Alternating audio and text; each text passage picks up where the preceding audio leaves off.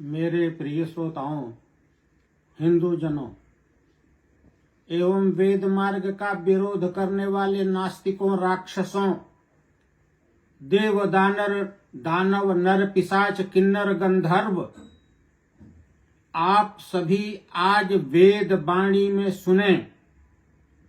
गाय सर्वथा अवध्य है। वेद में पशु यज्ञ के नाम पर केवल दो ही यज्ञ हैं, अजमेध और अश्वमेध। और आलभन पशुओं में जहां गाय का परिगणन है सर्वत्र, वह काष्ठ का गाय वहां बना करके यज्ञ किया जाता है। इसमें मैं वैदिक प्रमाण दे रहा हूं। देखिए, मेरे हाथ में शतपथ ब्राह्मण है जिस पर सायण भाष्य है और राष्ट्रीय संस्कृत संस्थान ने इसे 5 खंडों में प्रकाशित करके बॉक्स में बांध करके दिया है। मैं तीसरे खंड के 83वें पृष्ठ पर कांड 6 ब्राह्मण 3 अध्याय 3 का ब्राह्मण 1 अध्याय 3 का ब्राह्मण 1 की 24वीं श्रुति आपको सुना रहा हूं। आप सभी सुनिए। अनद्धा पुरुषम पुरुषाद देशः व अनद्धा पुरुषो जो न देवानवति न पितृन्न मनुष्यास्तत्सर्वैरः पशुभिरन्वैच्छन्नो जात जामा अनुपजीवनीया अभवन। देखिए, आपको मैंने यह श्रुति सुनाई 6ठे कांड की के दूसरा प्रपाठक अध्याय 3 ब्राह्मण 1 की 24वीं श्रुति। और मेरे हाथ में वेद का ग्रंथ है। यह शतपथ ब्राह्मण है, राष्ट्रीय संस्कृत संस्थान से 5 खंडों में प्रकाशित है। इसके तीसरे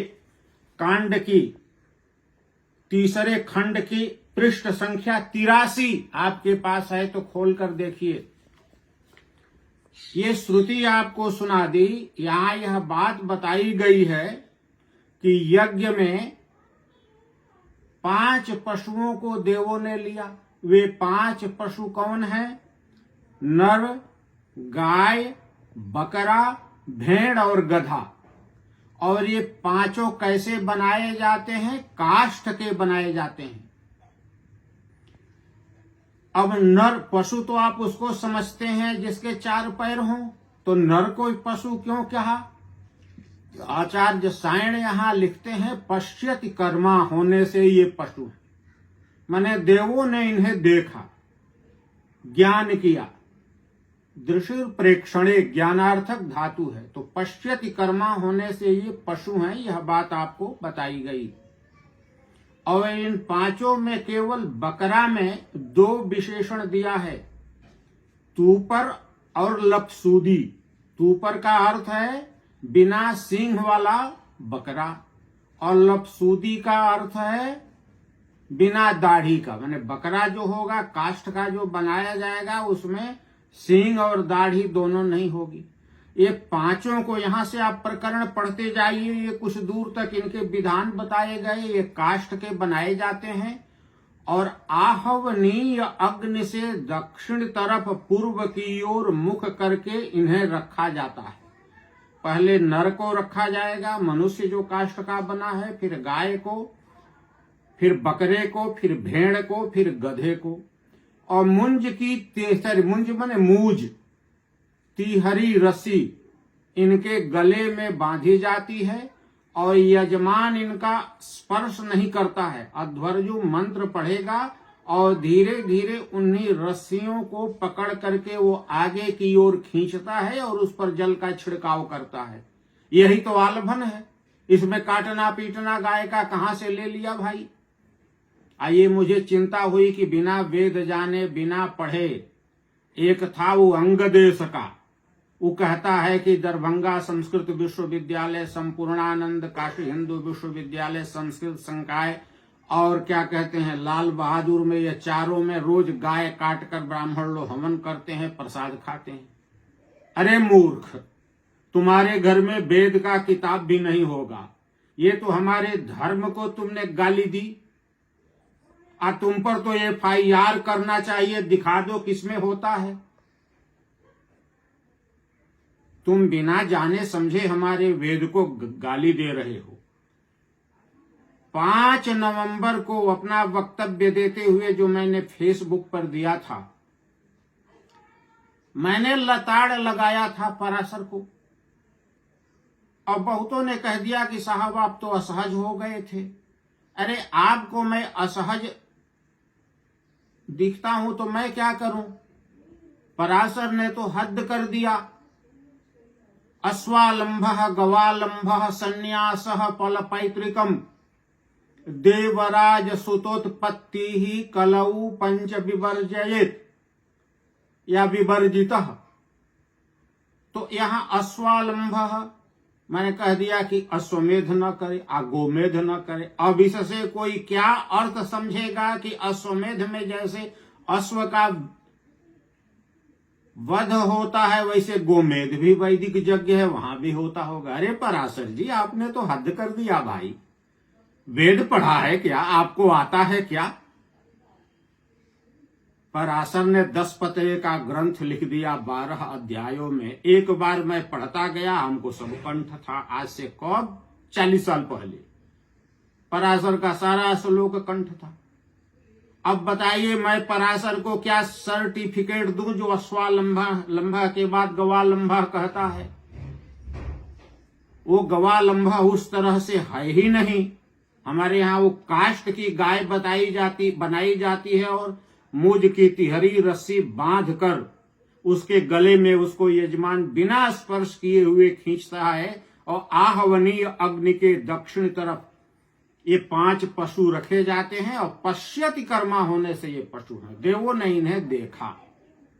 गोवध हमारे यज्ञ में है ही नहीं, केवल अजमेध और अश्वमेध, ये 2 ही मेध हैं। और उनमें ये जो पशु रखे जाते हैं सब काष्ठ के बनाए जाते हैं। देखिए ना, मेरे हाथ में वेद है, पृष्ठ संख्या 83, तीसरा खंड, चौथा कांड। आप पढ़िए, पेज नंबर बोल दिया। 5 खंडों में तीसरा खंड मेरे हाथ में है। ये कहां से पराशर लिख रहा है भाई? अरे पराशर। और एक महात्मा ने कहा कि तो हम लोग विष्णु पुराण को भी पढ़ना छोड़ दें। मेरे गुरुजन कहते थे कि विष्णु पुराण स्वयं व्यास ने रचना की और अपने पिता के नाम से उनकी प्रतिष्ठा में छपा दिया। लिखते हैं ऐसे। नागेश जी ने लघु शब्द रत्न लिखकर अपने गुरुजी के नाम से छपाया, और उनके गुरुजी का बृहत शब्द रत्न है, और दोनों काशी हिंदू विश्वविद्यालय से प्रकाशित है। अव्ययी भावांत मैंने खरीदा था, मेरे पास है, आप आकर के देख सकते हैं। विष्णु पुराण तो व्यास का है, उनका है ही नहीं है, पराशर का। और पराशर का इतना साहस आप कह देते हैं कलऊ पराशर स्मृता, पराशर स्मृता। कहेगा भैया तुम्हें वेद का ज्ञान नहीं, तुम चले हो धर्मशास्त्र लिखने, तो कोई हमारे बात जो सुन रहे हैं बता देना। तो अब आप लोग देखिए, मैंने बता दिया इसका अर्थ मैंने क्या किया है, तो सुनिए। अब आगे अनद्धा पुरुषमिक्षते अग्निम पुरुष्यम, ये शतपथ ब्राह्मण, ऐसा कहा जाएगा। अनद्धा पुरुष माने काष्ठ से बना हुआ पुरुष की आकृति वाला का यहाँ प्रसंग है। इस पर कहते हैं कि मनुष्य के स्थान पर अनद्धा पुरुष, काष्ठ आदि की बनावटी पुरुष, काष्ठ आदि की बनावटी पुरुष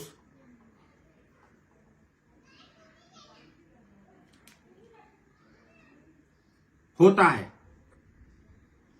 अनद्धा पुरुषो जो न देवानवती, वह अनद्धा पुरुष है, काष्ठ का बनावटी पुरुष है।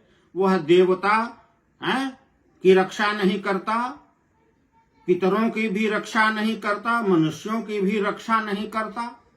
सही बात है, कहते हैं वो क्या करेगा, लेकिन उस पूजा से, उस यज्ञ से जो उत्पन्न पुण्य है वो नष्ट करेगा। यह काष्ठ का पुरुष हमारी रक्षा नहीं करेगा। नास्तिक कहते हैं ना, अब पत्थर की मूर्ति बनाते हैं और रख करके मंदिर में उसी के आगे सिर पटक पटक करके रोते हैं। अपना धूप खर्च करके अगरबत्ती भोग लगाकर आप न लगाएं तो मूर्ति अपने भोजन की व्यवस्था नहीं कर सकती। तो देखिए हमारा वेद कहता है कि ये जो काष्ठ का बनाकर हम यज्ञ करते हैं, अब मंदिर हमारा है, वहां पत्थर के परमात्मा हैं, वो हमारी रक्षा नहीं करेंगे।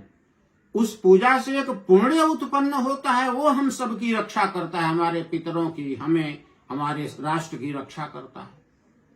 केरला के हाई कोर्ट के जज साहब ने एक बार कहा था कि यह देश बहुत ही करप्शन है, भ्रष्ट है, लेकिन कोई ईश्वर नाम की शक्ति है जो इसको चला रही है। काफी आयकर की चोरी है, सब कुछ है, तो देश कैसे चल रहा है? तो है कोई ईश्वर, क्योंकि चोर भी भगवान के दरबार में जाता है। तो आपने हमारा वेद सुन लिया ना, हमारे यहाँ गोवध है ही नहीं।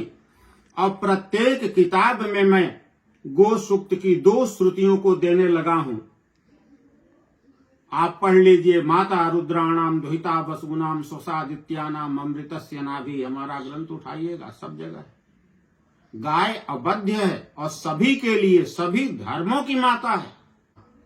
तो यही बताने के लिए आपको मैंने श्रुति उद्धृत की। गाय हमारे यहाँ अवध्य है, उसको लेकर यज्ञ होता ही नहीं। काष्ठ निर्मित गाय से हम लोग यज्ञ करते हैं। और जिन्होंने हमारे वेद पर आक्षेप किया है, निंदा की है वेद भगवान की, परमात्मा उन सभी को दंडित करेंगे, उनकी जिह्वा दग्ध हो जाए। सुनो भाइयों, ये इस पर हम कॉपीराइट नहीं रखते हैं। विश्व को आप बताइए कि गाय अवध्य है, और श्रुति मैंने जो बताई, जितने सुनते हैं सभी अपने फेसबुक पर इसका लाइव करें और ग्रुप में इतना शेयर करें कि सारे लोग इसको समझ लें। धन्यवाद।